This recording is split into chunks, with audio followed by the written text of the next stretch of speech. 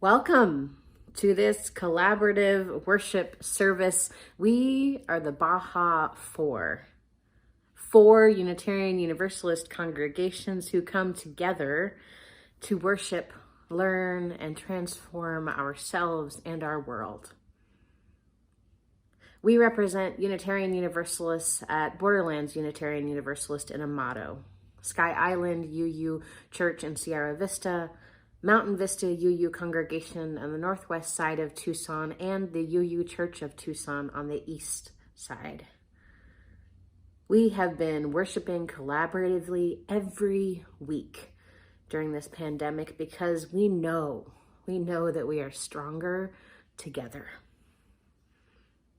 And each time we gather for worship, we acknowledge that we are living on land that was stolen. This land is the ancestral and present home of the Chiricahua Apache and the Pascua Yaqui, the O'odham and Opata peoples. We, alongside our indigenous neighbors, now have a shared responsibility to stay in right relationship with this land and with one another. Today, we are exploring the proposed 8th principle of Unitarian Universalism, which we will soon read together. I'd like to focus on the first few words of this proposed principle, which read, journeying towards spiritual wholeness. The proposed principle goes on to name a commitment to anti-racism and anti-oppression of all types through our actions. And all of this is for the purpose of journeying towards spiritual wholeness. As Unitarian Universalists, we are bound up in a collective liberation, which means that no one of us can truly be free until all are truly free. It is our current 7th principle, which lays the foundation for collective liberation, and it calls it the interdependent web of all existence, which we are all tied up in together, which is how we come to theologically understand that no one can be spiritually whole until all are spiritually whole. We are all together on a journey towards spiritual wholeness and towards a faith and a world that is free of racism and all other oppressions. This is critical to all of our journeying. With this in mind, please read with me the proposed 8th principle as we light our chalices. We, the member congregations of the Unitarian Universalist Association, covenant to affirm and promote journeying towards spiritual wholeness by working to build a diverse, multicultural, beloved community by our actions that accountably dismantle racism and other oppressions in ourselves and our institutions.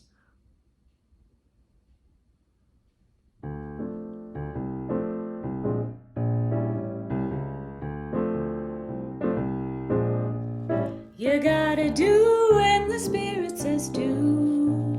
You gotta do when the Spirit says do. When the Spirit says do, you gotta do, oh Lord. You gotta do when the Spirit says do. You gotta sing when the Spirit says sing. You gotta sing when the Spirit says sing. When the Spirit says sing, you gotta sing, oh Lord. You gotta sing when the Spirit says sing. Spirit says sing. Spirit says sing. Spirit says sing.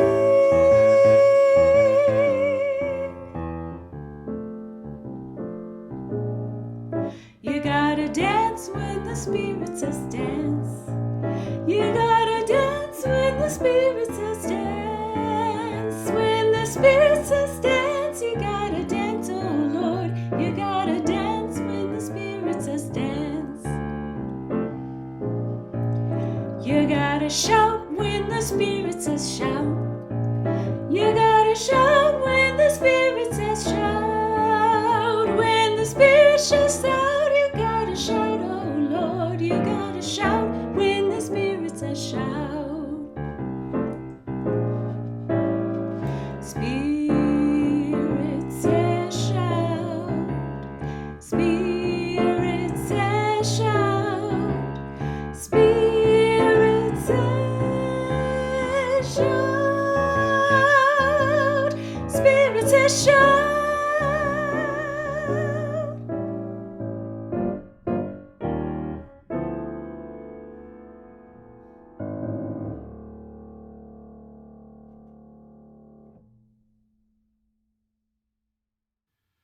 Spirit says do, Spirit says do. Yeah. When the Spirit calls to you, make some music, well then that's what you gotta do. So thank you, Chris and Shakayla. The first time that I heard the Spirit call me to do, well, it was my call to ministry.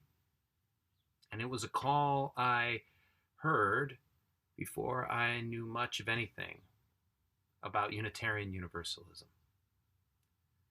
I was just freshly out of university after an enriching 4 years, though in truth, I learned more about myself than I did any single course of study. And even though I came out with a clearer sense of who I was, it was a time of uncertainty. I deeply wanted to use the gift, the privilege of higher education to be of service. And yet, somehow all I felt qualified to do was to work at a major bookstore chain serving coffee. Despite being hungry for it, I didn't know how or where I might belong or when I might begin. And that's precisely when I had a vision. Now, I know it may make some of you itchy to hear about calls from the Spirit or mystical visions, but just hang in there.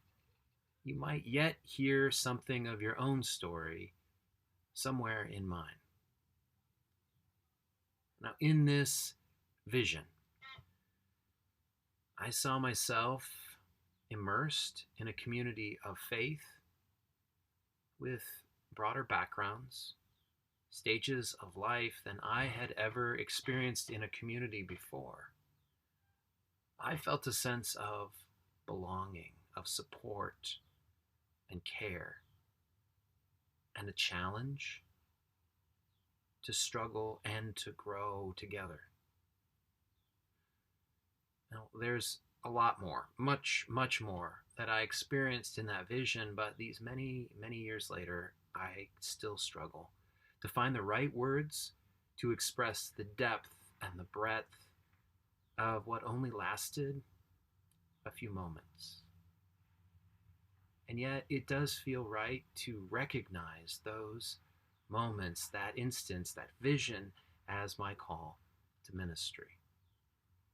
See, I saw myself within a faith where I was teaching and learning, caring for and being held by, and seeking together to make justice in this world. Despite the clarity of my call, my uncertainty was only deepened, because none of my experience had ever been of a community of faith like the one in my vision. It was clarifying and uncertain all at the same time. I'd never seen anything close to what I was seeing in those moments. So I'm grateful to say that only a short time after is when I found Unitarian Universalism. And I'd love to share that I discovered that community in my vision, but I didn't. In the congregations that I first visited, well, the community was broader than I'd experienced before, but not by much. And what I found wasn't the people I was envisioning. It was the aspiration of the people who were there to work to become the people I envisioned. All of those Unitarian Universalists communities, they did something that I could never have done alone. They put words to that aspiration.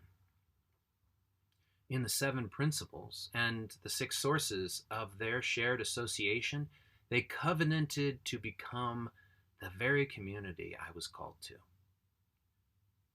Now, in our worship this last month, we've shared that covenant is an ancient lineage, as well as our current practice. It gets broken. Sometimes it ends. And other times it is refreshed and renewed. And in addition, our covenant names a determination, an energy, a spirit to realize together that faith community that I saw. Our shared Unitarian Universalist covenant names 7 inherent truths and shares the 6 sources where we can be inspired to engage them over and over again.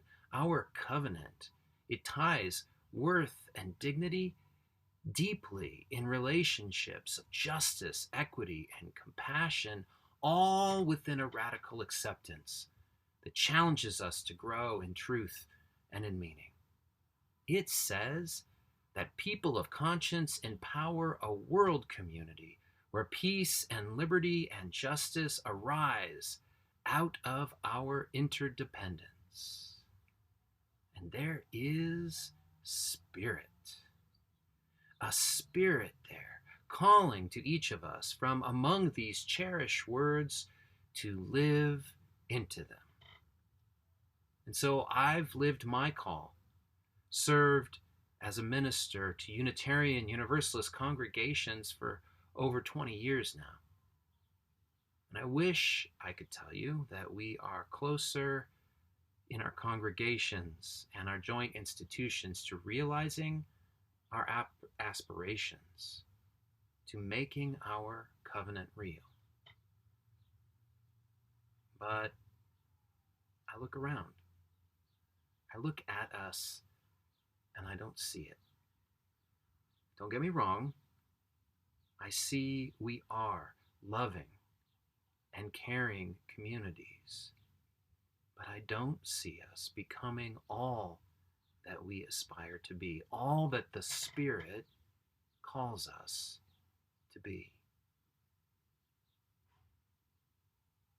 As Reverend Bethany has explained before, a significant part of our covenant is that it is not set in stone. We review it. We renew it every 15 years.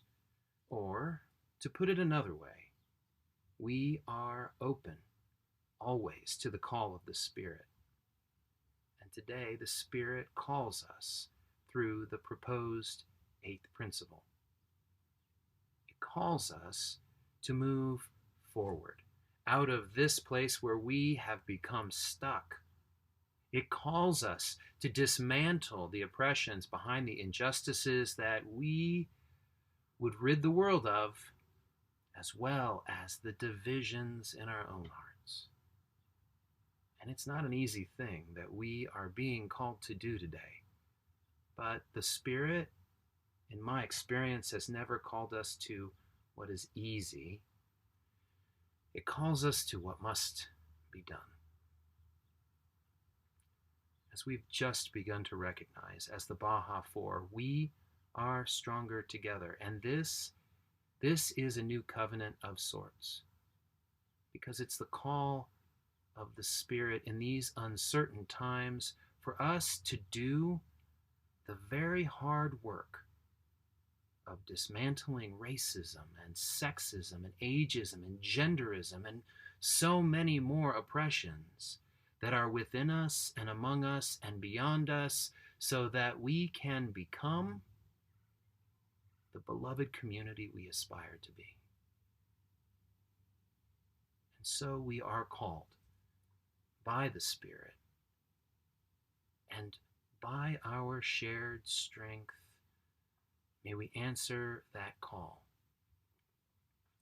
And when the Spirit says do, may we do.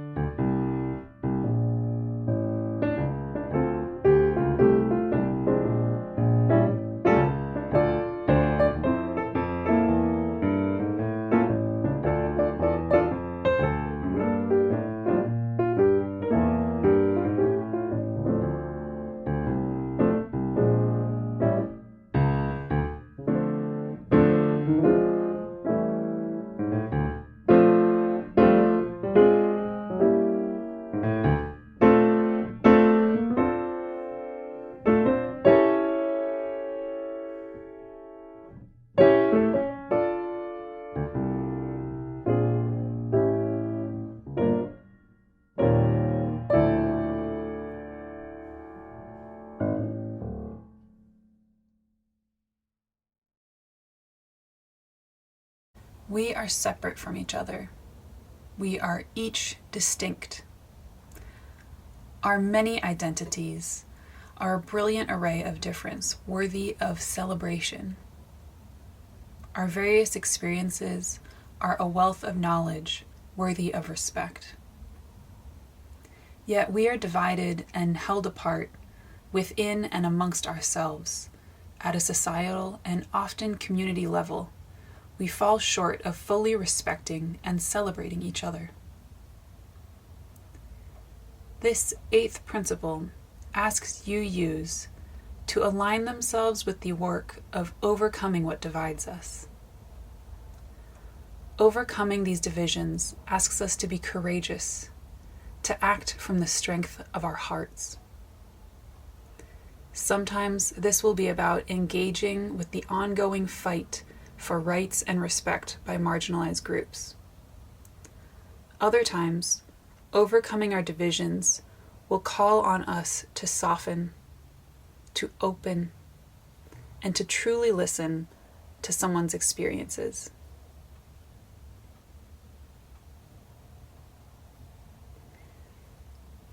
The 8th principle names racism and other forms of oppression.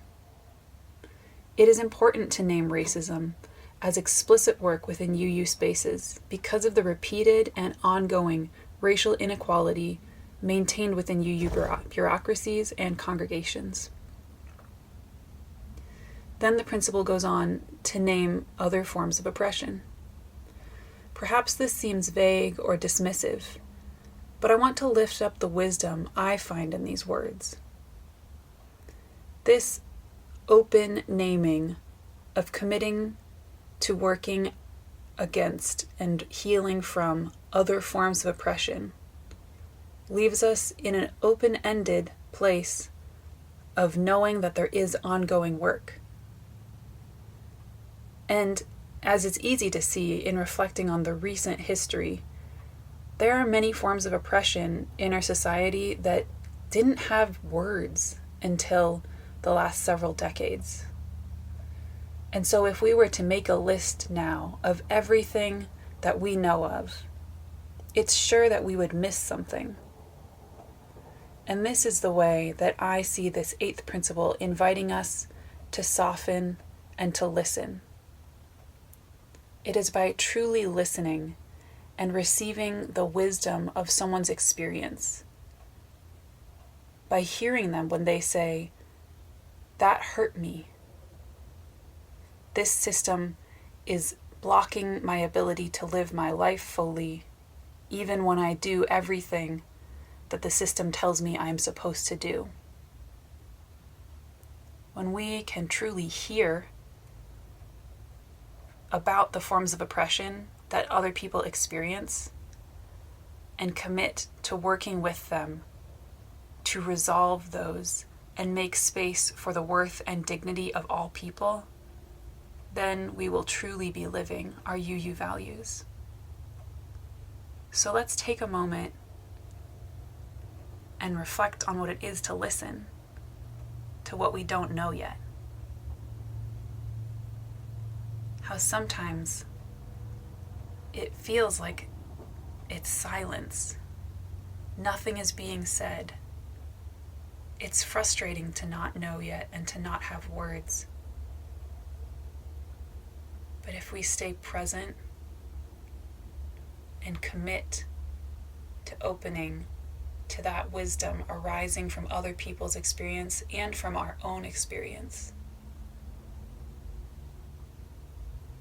we will learn what we don't yet know, and it will strengthen us in our diversity of experiences, and we will have more to fight for with our love and our courage, and we will have more to celebrate.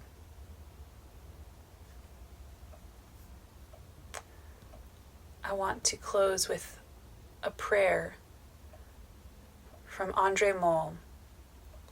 All that we share is sacred.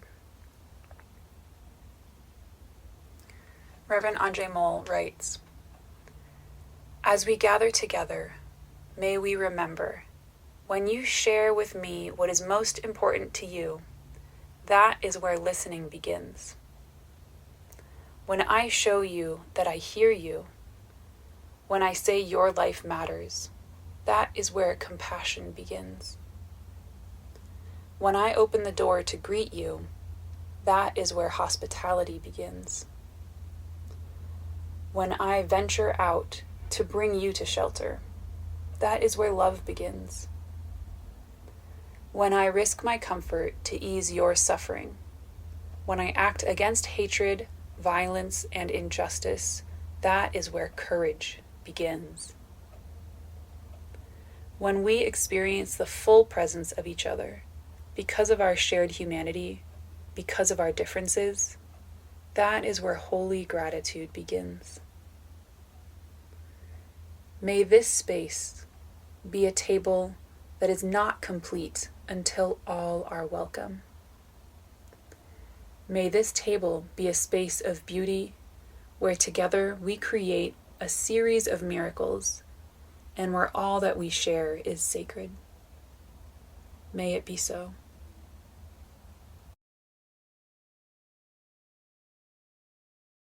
I'm listening. I am listening. Spirit, speak to me. I'm listening. I am listening. Spirit, speak to me. My hands are wide open, eyes are wide open to see what I may be. I'm listening. I am listening. Spirit, speak to me. Lucy, what does it mean to listen? To hear. To hear. What kind of things can you hear? Outside. Yeah. What kind of things do you hear outside? The wind blowing the fields. The wind blowing the trees. That's nice. Jacob, what do you think it means to listen? To be aware of your surroundings using your ears. Yeah. Is there another way of listening? Maybe of listening to each other and listening inside of yourself? Yeah. What do you think about? I was not fun to listen to myself without a telescope. And what do you hear when you're listening to yourself without a stethoscope? You can hear yourself breathing, and sometimes you can hear your heartbeat. Mm-hmm. Do you hear me breathing? I do hear you breathing. It's quite loud. Is there a way to listen and hear without your ears? Yeah, with your heart. And when you listen with your heart, what kind of information do you get? I think you can listen to other people's emotions and how they feel. Mm-hmm. Can you listen to yourself that way? See, I close my ears and I can still listen. Yeah? What do you hear when you close your ears? I hear myself talking. Mm-hmm. I hear static. Your static, let me see. Well, it's mostly like thunder. And I hear myself with my ears closed. Yeah. You can close your ears and close your eyes. Open your heart and listen and see if you get any guidance, if your heart tells you what it wants to do and what kind of things make it happy. You can listen to yourself that way, and you can listen to other people that way. Listen deeply, and you'll hear even more than what you hear with your ears. Yeah. I'm listening. I am listening. Spirit, speak to me. I hear Papa coming. Do you hear that?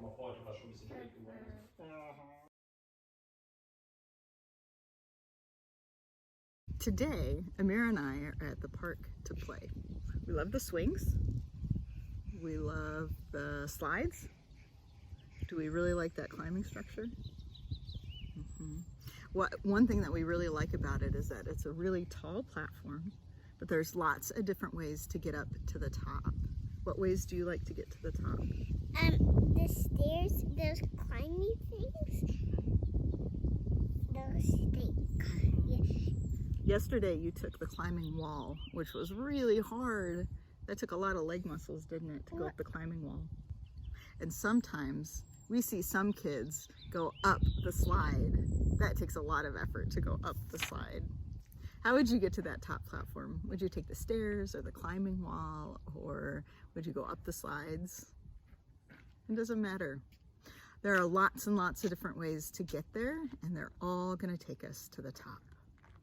Today I want to tell you a story about a congregation that was trying to get to the top. In other words, they were trying to make a really difficult decision together.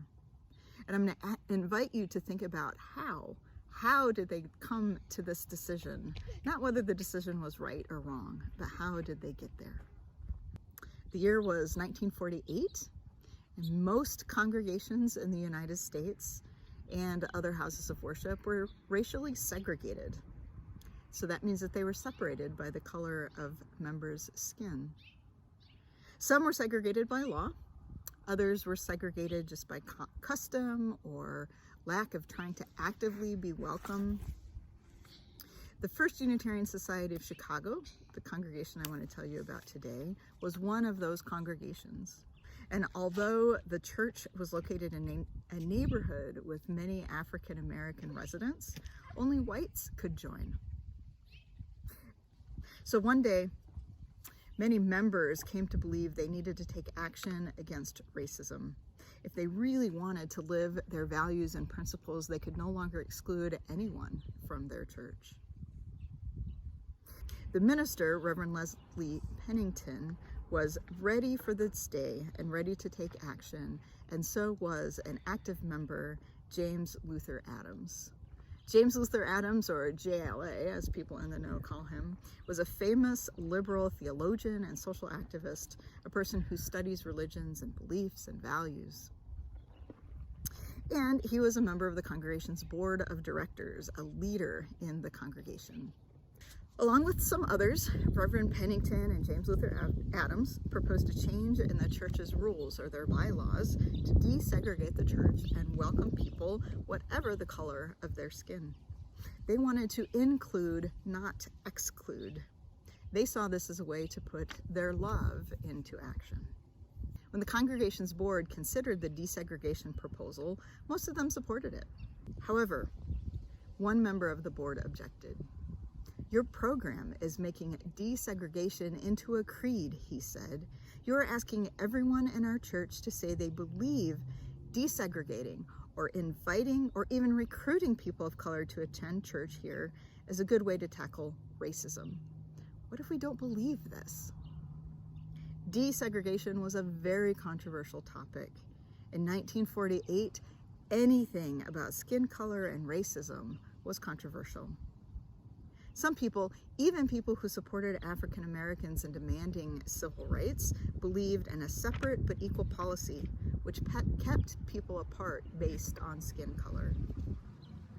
Respectful debate, however, ensued at the First Unitarian Society of Chicago.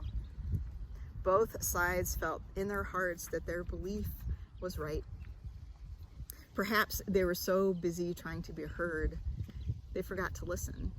And they kept on talking and talking and talking and talking. The debate went on in the board of directors meetings until the early hour of the morning. Everyone was exhausted and frustrated. Finally, JLA, James Luther Adams, remembered that we should be listening twice as much as talking. He asked the person who had voiced the strongest objection, "What do you say is the purpose of this church?" Suddenly, everyone was listening. Everyone wanted to hear the answer to this crucial question. Probably the person who objected was listening especially hard to his own heart, as well as to the words he heard from the other board members through the long discussion. The board member who opposed opening the church to people of color finally replied, "Okay, Jim, the purpose of this church is to get a hold of people like me and to change them." The First Unitarian Society of Chicago successfully desegregated. My question is, how? How did the First Unitarian Society of Chicago make their decision together? They didn't do it by trying to coerce or convince each other. They didn't do it by force or by creed. They did it by listening to each other and by recognizing that everyone is going to take a different path to the top of that platform. We all want to see a better world. We all want to see the world of a beloved community come into creation. And we know we're all going to get there in slightly different ways. So whether you are the one who takes the staircase to the top, or you're the person that runs up the slide, or you're the person that takes the climbing wall, we know that we'll get there together.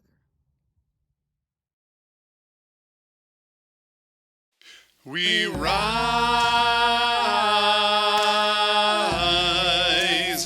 Humbly hearted. rise, won't be divided. Rise, with Spirit to guide us.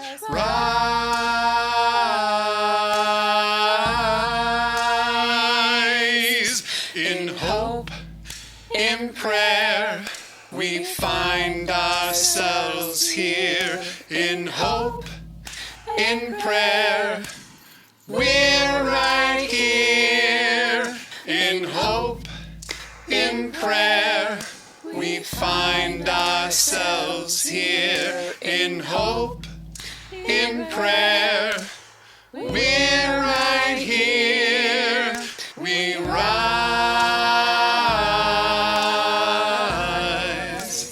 All of the children rise.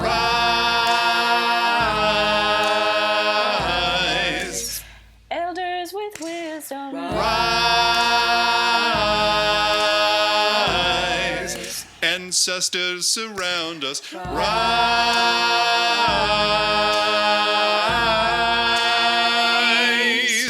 In hope, in prayer, we find ourselves here. In hope, in prayer, we're right here. In hope, in prayer, we find ourselves here. In hope, in prayer, we're right here. We rise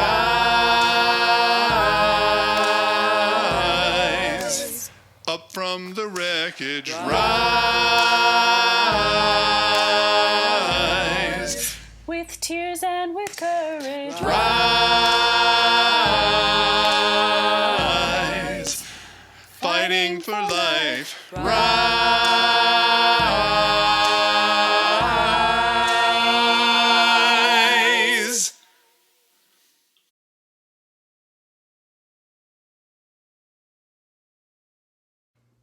Today's worship has looked at the proposed 8th principle. I invite you to consider it, and in the future worships we will have this year, in which we'll continue to discuss it, I hope you will think carefully, engage your entire hearts and histories. For if we and our churches and our denomination commit to accountably dismantle racism and other oppression in ourselves and our institutions, it will change everything. How we meet, how we worship, how we plan. And we will make this commitment for the rest of our lives and generations to come. So while I extinguish the chalice for today's worship, I call you into considering this work in which we will make mistakes and learn and grow together. hear these words from Justice Doula and Movement Chaplain Mickey Scott Bay Jones. Invitation to brave space. Together, we will create brave space, because there is no such thing as safe space. We exist in the real world. We all carry scars, and we have all caused wounds. In this space, we seek to turn down the volume of the outside world. We amplify voices that fight to be heard elsewhere. We call each other to more truth and love. We have the right to start somewhere and continue to grow. We have the responsibility to examine what we think we know. We will not be perfect. This space will not be perfect. It will not always be what we wish it to be, but it will be our brave space together, and we will work on it side by side.